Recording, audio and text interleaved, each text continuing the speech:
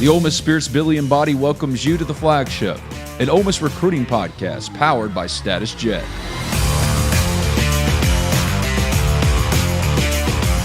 Welcome in, ladies and gentlemen, to another edition of the Flagship, an Ole Miss Spirit recruiting podcast, affiliate of On3.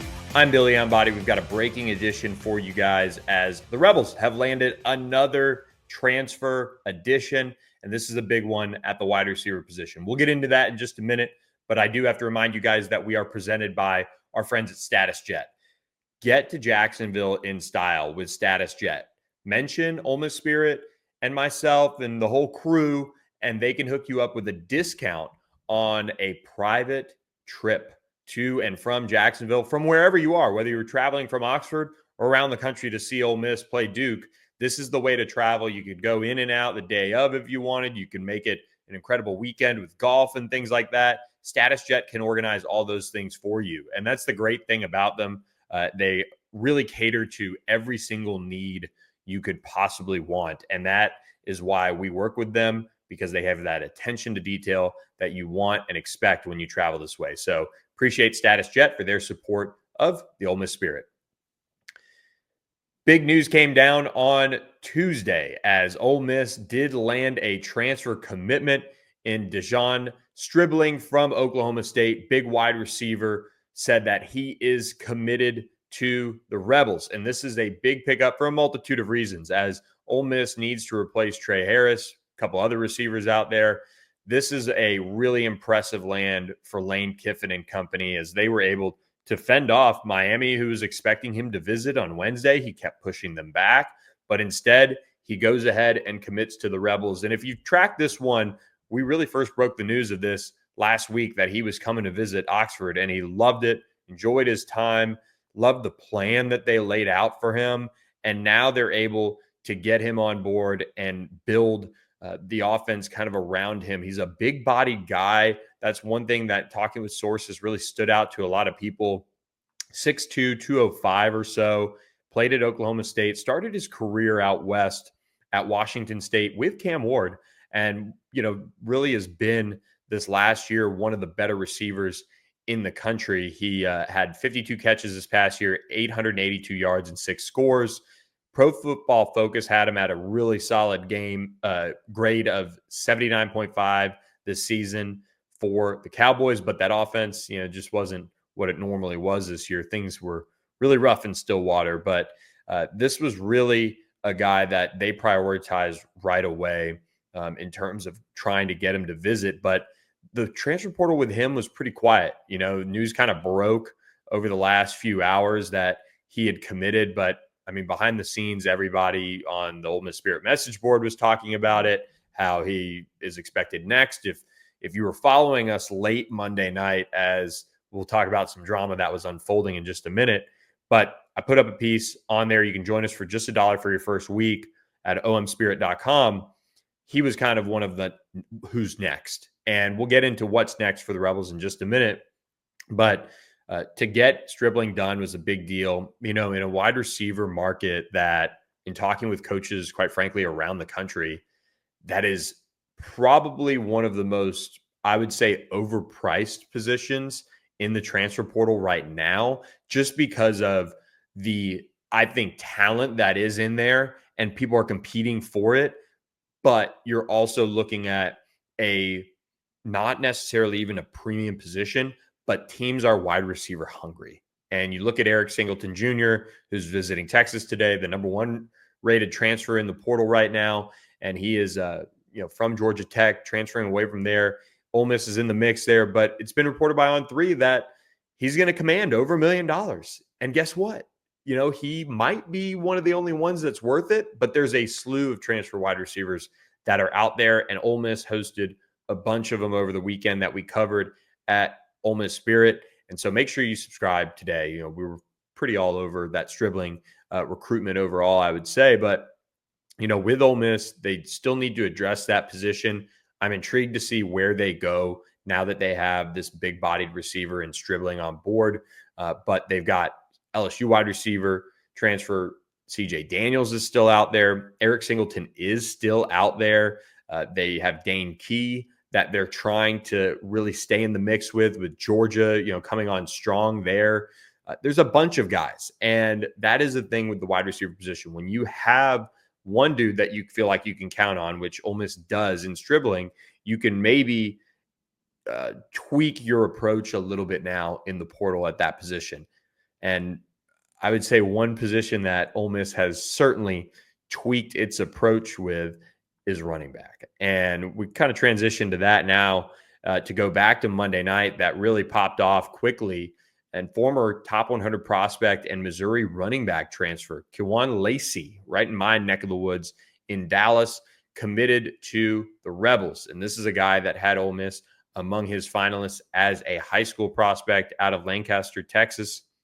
One of the most productive guys, somebody that finished as a top 100 prospect for On3 as a senior, is now headed to Oxford to continue his college career after a true freshman season at Missouri. He's now headed to play for Ole Miss, and he was quickly in the portal and quickly made his decision. And this wasn't one that was necessarily surprising. It just happened really, really quickly for this program that it came together. And that's a good thing. You're in today's day and age, that is kind of the way to go when you're talking about the portal and trying to address it. 5'10 and a half, 195 pounds as a senior, ran a 10.8 as a on the 100 meter as a junior. And you see some of that breakaway speed. He was really productive. He kind of battled some injuries here and there as a senior. I saw him a couple times. He's that true home run hitter and a reliable pass catcher as well, which I think is a good mix for Ole Miss to have involved in their offense with him. But, as I look at this transfer portal edition, to get this done, now you can kind of feel good about the long-term future at the position. Wish Kai Mills-Knight in that room as well. And not to mention, they're still after some of the top players in the portal with this running back position. And while Kewan Lacy, got in 5 games this year, he was able to total 104 yards on 23 rushes, good for 4.5 yards a carry, no touchdowns, but was able to, add a little bit there to Missouri, which, by the way, I mean, for him to not have a red shirt, or for him to have a red shirt, so now he has 4 years to play 3, is interesting. I'm going to be intrigued to see how that dynamic works. Obviously, he's coming here to play, but with Kai Mills-Knight, with them targeting, at least 4 other running backs that we know of in the transfer portal, that just tells me that Lane Kiffin heard everyone and said, you know what, I am going to take a different approach to this running back position here after last season. And kudos to him for jumping on board and getting Kewan Lacy to get into the portal and obviously jump on board is a big deal. And again, I called around on that one, and that one really moved quickly, very, very quickly. So good news for Ole Miss to get him on board. But they're not done when it comes to the running back position. And a former blue chipper is on Ole Miss's campus today, and that is Justice Haynes, the number 1 running back in the transfer portal, is visiting the Rebels, and he's from Alabama as a transfer, originally out of Buford High School in Georgia in the class of 2023. And he's been, I would say, a hot commodity now that he is in the portal and looking for his future home. Again, right there on the cusp of being a 5-star prospect coming out of high school, the number 2 running back in the country in that class of 2023. Again, Buford is a talent-rich high school in the state of Georgia.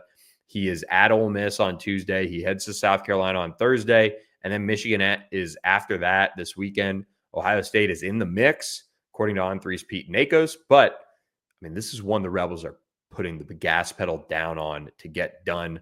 5'11", 210-pound running back. He originally picked Alabama over Ohio State and Georgia as a high school recruit. In 2 seasons with the Crimson Tide, rushed for 616 yards, 9 touchdowns. Again, when you have multiple years like he does have left, this is where you can go in and completely revamp your backfield for the foreseeable future. These are not guys that they're projecting up to the next level. These are guys that have proven that they can play. His career yards per carry, 5.9. He's played in 25 games already over his college career. but only carried it 104 times. Being able to split carries means the wear and tear is not that bad there on Justice Haynes. So he is in Oxford on a visit, and that is going to be really interesting to see if they can get him done, how that might impact a Mississippi native. Ahmad Hardy, one of the top running backs in the transfer portal, also visited Ole Miss this month, and he was on campus for that visit rather quickly since transferring from ULM. But instead, he's now maybe in one of those situations where might be kind of a log jam at the position. Ole Miss is after some junior college prospects as well. We broke those down on Ole Miss Spirit, kind of where the lay of the land of the JUCO range. So check that out. If you're not a member of the site, come join us. It's popping on the message board every single day. But Ahmad Hardy is set to visit Kentucky on Thursday, and another school is entering the mix. Missouri, looking to replace Kewan Lacy. He's set to visit there actually today, gets in on Tuesday, and he has 3 years of eligibility remaining. But coming from ULM, where he rushed for over 1,000 yards, he is somebody that is going to have to make the jump up to this next level. It is rather hard at times to consistently get good production out of the transfer portal running backs and positions overall that move up from group of 5 to SEC. You just don't see many guys make that jump up. There are outliers, don't get me wrong, and there are guys that can make it happen because they're freak shows. But I like the fact that Ole Miss is hedging its bet with guys that have been on an SEC roster, guys that are, among the top prospects, blue chippers coming out of high school. That's what you want to see. And that is a way to hedge your bet and say, we got a guy or guys on our board that are really acclimated already to the SEC and this lifestyle that you've got to live in this league. And so I really like the addition of Kewan Lacy to really solidify that running back room long term. And you have Logan Diggs coming back as well. But if they can get Justice Haynes and maybe one of the JUCO backs as well, you bring in 3 in this little portal cycle, plus having Shakai Mills-Knight, who's a really good back. That is where Lane Kiffin said, I'm not going to hear about this run game anymore. We're going to help out Austin Simmons with a big, strong wide receiver in De'Zhaun Stribling. We're going to go out and address the tight end position with Luke Haas. And, the running back room is going to be just fine. That's what he's making in terms of a statement to the rest of college football when it comes to that room. And, you can't blame him. You toss in Caleb Cunningham being a 5-star who's coming into the program, and they're trying to surround Austin Simmons with all sorts of talent around him as he steps into the starting quarterback job, especially now with Walker Howard transferring out of the program. They've addressed the offensive line with Patrick Kutas and PJ Wilkins. There's still some guys out there on the offensive line that they're kicking the tires on. They're not done there, I would say. And then you've got some guys that have stepped up in the transfer portal from the defensive side that Ben Garrett, Zach Berry broke down on the podcast to start this week. But when you look at what they've been able to do over the last 2 days, addressing the skill position talent in Oxford for next year, this is really sitting in a good position. And it is just only building on what is a transfer portal class that now sits number 1 in the entire country with 8 new transfers coming in. They've had 10 transferring out, but the Rebels sit there with a 4-point lead over Texas Tech, who's the number 2 team, Auburn number 3, Kansas number 4, Houston number 5, Minnesota number 6. The transfer portal is really young this cycle, and I think that's one thing that I will say as you look at the top 10 here, if you're watching on our YouTube channel, is you have a group of players that are trying to find their way when it comes to what's my value? What is the balance between NIL collectives and revenue sharing? And I think that's a lost piece of the discussion when it comes to the transfer portal this cycle. Is there are a lot of schools that are backing up the trucks saying the collectives are on the way out. This is our opportunity to strike.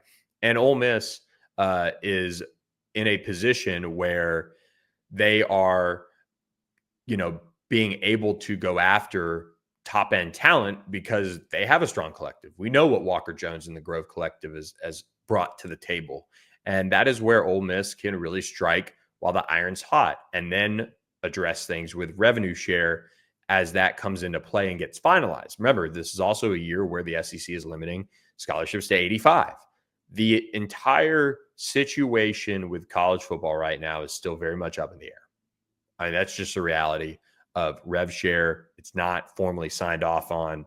The framework is not all the way agreed to. And that's where the colleges have to be smart about it. But I love the aggressive nature of Ole Miss. And they've been able to go out and really try to, make a splash, which they have on multiple fronts, positions. And this is just the latest example. So one other player that we'll mention as Ole Miss continues to look for top talent, and one that we feel rather good about joining the secondary is Charles Brantley. He's out of Michigan State. He's originally from Sarasota, Florida area, Venice High School, a really talented player. And he was on an official visit that kicked off this week. And things are looking like they're in the right position here, for Ole Miss. They brought him in for that visit. He had 9 games this season, 27 tackles, 2 tackles for loss, 3 picks, 7 pass breakups, and a pick 6 for Michigan State, and has multiple years left as well. So they've gone out and addressed it with Jalen Braxton, but with Brantley and just like Braxton, they can play all over. And Ole Miss would like to bring in multiple guys that can play all over and figure it out from there. And you bring in the best talent you can get and let them fight it out for spots. So Charles Brantley is another one to watch. But look, we're going to close this podcast talking about one of the biggest names in the transfer portal. Oh, wait, he actually didn't end up going into the transfer portal. The drama that ensued Saturday or Monday night around former 5-star plus prospect Jalen Mbakwe was just electric. And I know it did not work out for Ole Miss or any other school that was involved in this, but this is what makes college football so wild right now. Jalen Mbakwe, former 5-star plus prospect from Alabama, with the Alabama Crimson Tide, announces Monday night through our On Threes Hayes Fawcett that, look, he was going in the portal, and all the buzz started to center around Ole Miss. This is a guy that could play all over the field for the Rebels, would be a dynamic player in the secondary. He played in 11 of 12 Alabama's regular season games, and he's only a true freshman. So he's got his whole career ahead of him. 15 tackles, 1 tackle for loss, 2 pass breakups. He's got a couple punt returns under his belt as well. He is one of the most dynamic athletes that I have seen in the last 5 years across high school recruits. Some of the things he did in 7-on-7, holy cow. Now, the bad news for Ole Miss is he announced on Tuesday that he is sticking with the Crimson Tide. And that is the portal world that we live in. And it's wild to talk about, but everybody heard about Jalen Mbakwe starting to maybe enter the portal. Things had moved in that direction. But Alabama, they fought back, and got to give credit where credit's due.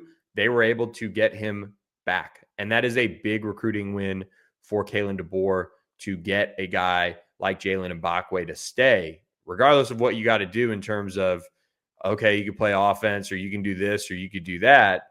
You've got to be able to assemble athletes. And so this is a really big, deal for Alabama, but it also does give you a little bit of hope in terms of Ole Miss. Look, they've had a hot start to the portal. They've been able to go out and address positions. There's no question about that.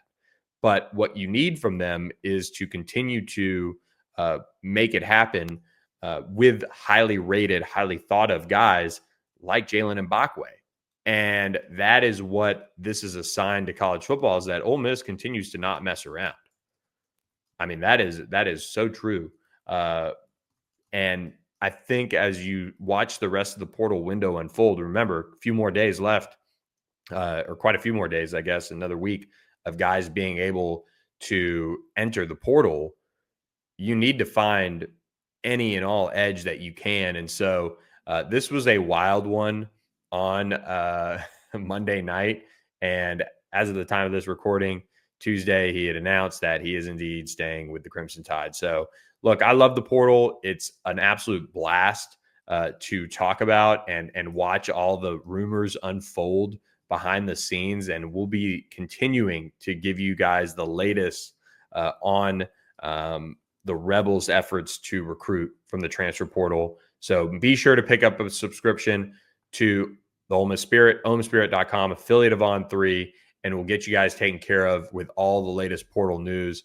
Myself, Ben Garrett, Zach Berry, Jake Thompson, Chuck Rounsville, we're all there hanging out on the message board. It was popping. I mean, I'm looking, I watch our Google Analytics like a hawk of what's going on, and what a fun time it's been on the board as people have been talking about this nonstop. So be sure to pick up a subscription today, and we will keep you guys in the loop on all things Ole Miss with the transfer portal. So, look, this has been an Ole Miss Spirit podcast, the Flagship, and I hope you guys enjoyed listening to it. Hit the subscribe button for us on our YouTube channel. This has been a breaking edition. We will catch you guys later on with another edition of the Flagship. Hope everyone has a great week, and we'll catch you guys next time.